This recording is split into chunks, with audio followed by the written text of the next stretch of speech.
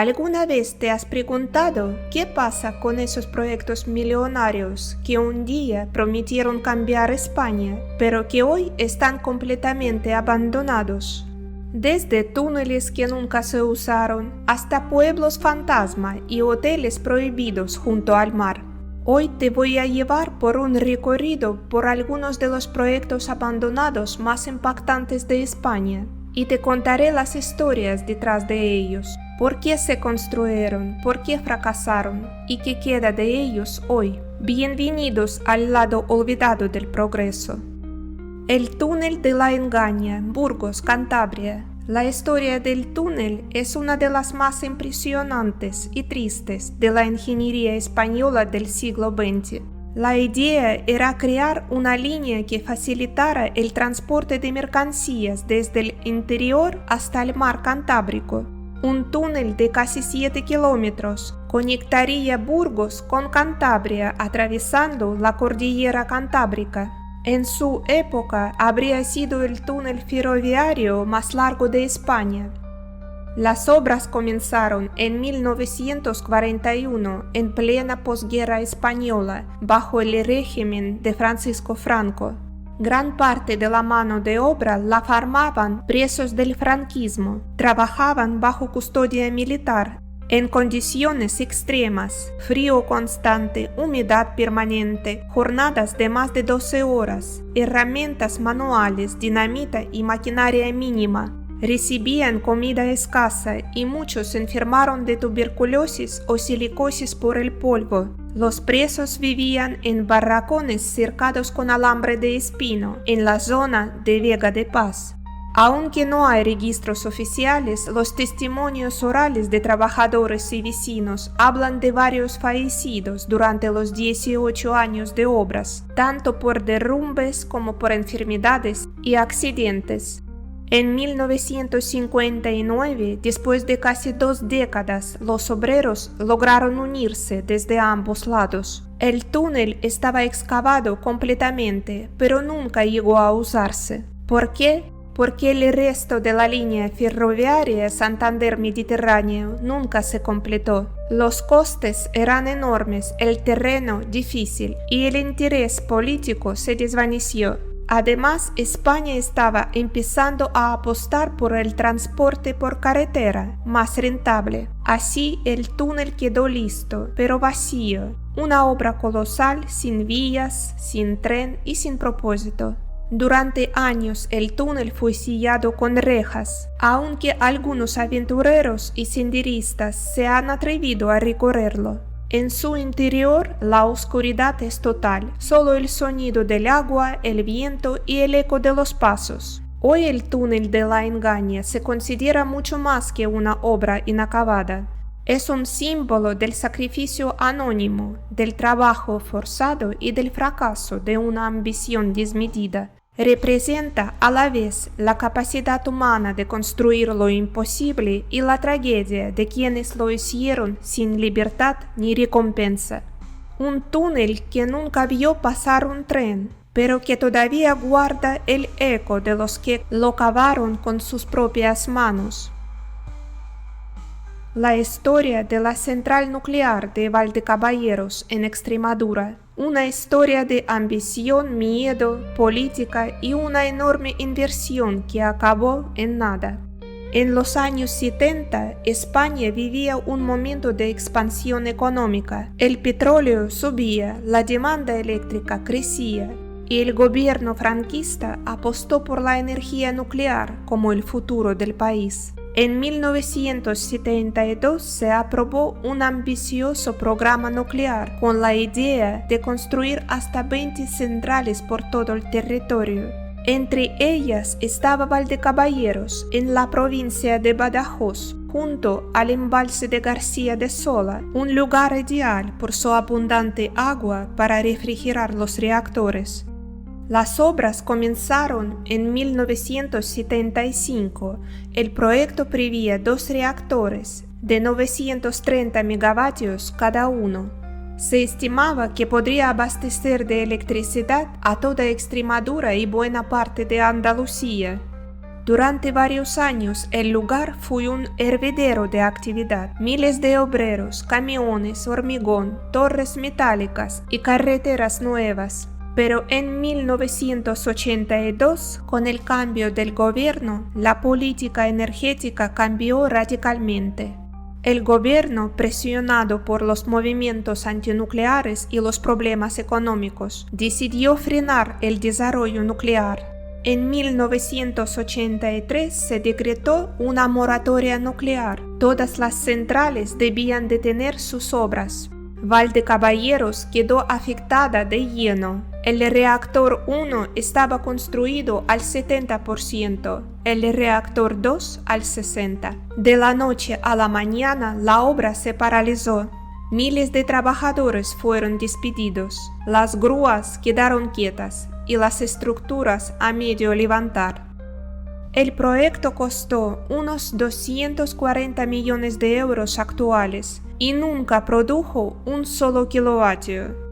Las empresas propietarias reclamaron compensaciones al Estado por las pérdidas. Durante años el gobierno tuvo que pagar costes de moratoria nuclear en la factura eléctrica de todos los españoles. Un recargo que siguió cobrándose hasta principios de los 2000. En otras palabras, todos los ciudadanos pagaron una parte de una central que nunca funcionó. Aunque nunca entró en funcionamiento, el recinto sigue bajo vigilancia. Hoy el paisaje de Valdecaballeros es inquietante. Dos enormes estructuras de hormigón, torres oxidadas y edificios vacíos. La central nuclear de Valdecaballeros nació para iluminar el futuro, pero terminó siendo un monumento al pasado. Un lugar donde se gastaron fortunas, se prometieron miles de empleos y al final solo quedó el silencio. La historia del Hotel del Algarrobico en Carboneras, Almería, es una de las más emblemáticas y polémicas de España. Durante los años 90, España vivía un boom inmobiliario. El turismo crecía a un ritmo brutal, especialmente en zonas de costa, y muchos ayuntamientos buscaban atraer inversiones rápidas, con hoteles, resorts y segundas residencias. En ese contexto, obtuvieron permisos municipales para construir un gran hotel en la playa del Algarrobico. El hotel se levantó en pleno parque natural de Cabo de Gata-Níjar, un área declarada protegida en 1987. Además, la playa del Algarrobico estaba dentro de la zona de servidumbre de protección del litoral. Por ley no se puede construir a menos de 100 metros del mar. El Algarrobico está a tan solo 14 metros. En 2006, el Tribunal Supremo declaró ilegal la construcción por violar la ley de costas y el plan de protección del parque natural. En 2008 se ordenó paralizar las obras. El edificio quedó terminado en un 95%, pero nunca se abrió. Desde entonces ha habido una batalla judicial entre la promotora, el ayuntamiento, la Junta de Andalucía y el Estado. Hoy el hotel sigue en pie, vacío y bajo vigilancia. ¿Por qué no lo derriban? Se exige indemnización millonaria si el hotel se derriba. El Estado y la Junta de Andalucía discuten quién debe pagar esa demolición. Mientras tanto, el edificio se ha convertido en símbolo de la lucha ecologista y del mal uso del suelo en la costa. El hotel tiene 411 habitaciones, 21 plantas y más de 60.000 metros cuadrados construidos. Desde el aire parece un complejo turístico de lujo, pero al acercarte solo hay polvo, escombros y silencio.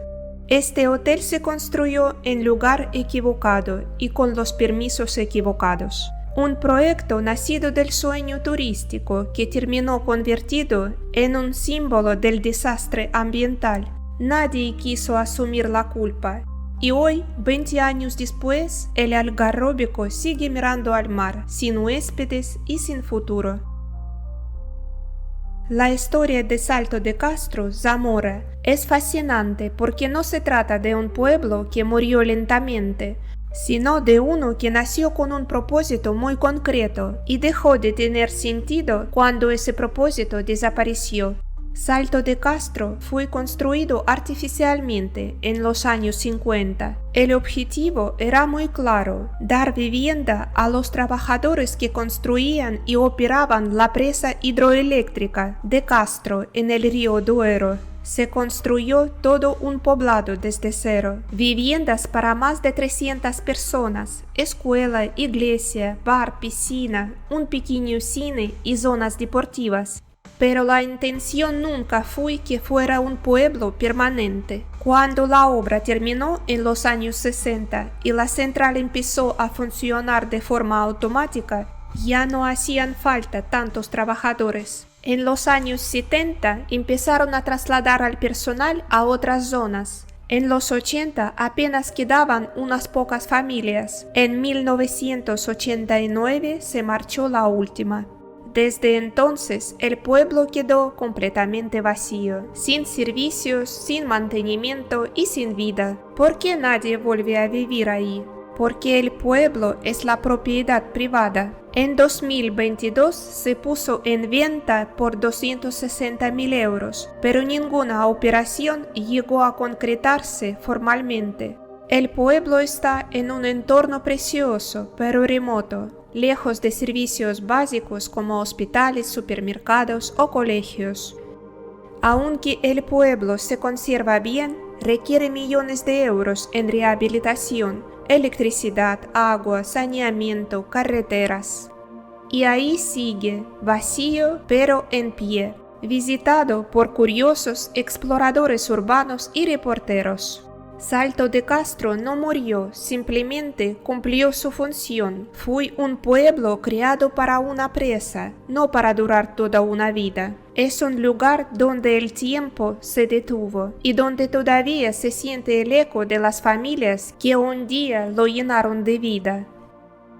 Cimentera de Vallcarca, Sitges, es uno de los lugares más visuales y simbólicos de los espacios abandonados en España. El origen de Vallcarca está ligado a la fábrica de cemento que la empresa Cementos Fradera construyó ahí a finales del siglo XIX.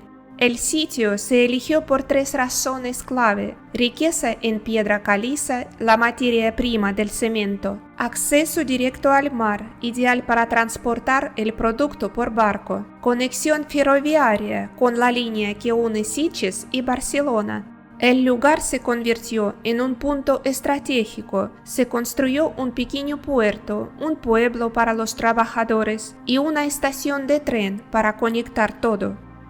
Durante buena parte del siglo XX, Vallcarca fue una comunidad industrial activa. Ahí vivían familias enteras de trabajadores del cemento. El poblado tenía viviendas, escuela, cantina y pequeño hospital, iglesia y zona de recreo. Era un microcosmos autosuficiente, aunque aislado entre el mar y las montañas, sin apenas carreteras. El cemento de Vallcarca ayudó a construir gran parte de Barcelona durante su expansión urbana del siglo XX. Pero en los años 70 y 80 la producción empezó a decaer. Las nuevas leyes medioambientales, el alto coste de transporte y la ubicación aislada hicieron que mantener la fábrica fuera inviable. En los años 90 la cementera redujo la actividad hasta cerrar casi por completo. Los trabajadores fueron reubicados, las casas se cerraron y el puerto dejó de recibir barcos. Desde entonces Vallcarca quedó en silencio. La fábrica, el muelle y los edificios permanecen en pie, corroídos por el salitre y el tiempo. El acceso está restringido, pero muchos exploradores, fotógrafos y curiosos visitan el lugar por su atmósfera única. El paisaje es surrealista, chimeneas que se recortan contra el mar, ruinas blancas cubiertas de grafitis y el sonido de las olas rompiendo contra los muros industriales. Desde el tren que pasa por Garraf y Sitges, puede verse su silueta, un puerto dormido, cubierto de polvo y sal. Cada uno de estos lugares cuenta una historia distinta, pero todos tienen algo en común. Son testigos de lo que pasa cuando la ambición, la política y la falta de visión se mezclan. En estas cápsulas del tiempo se puede ver cómo eran los sueños de una época y cómo el paso del tiempo los convierte en advertencias silenciosas. Algunos deberían recuperarse, otros tal vez dejarse en paz, como recordatorios de lo que no debemos repetir. España está llena de lugares olvidados que merecen ser contados, lugares que alguna vez representaron esperanza, progreso y futuro, y que hoy solo guardan silencio, polvo y recuerdos. Nos vemos en el próximo vídeo.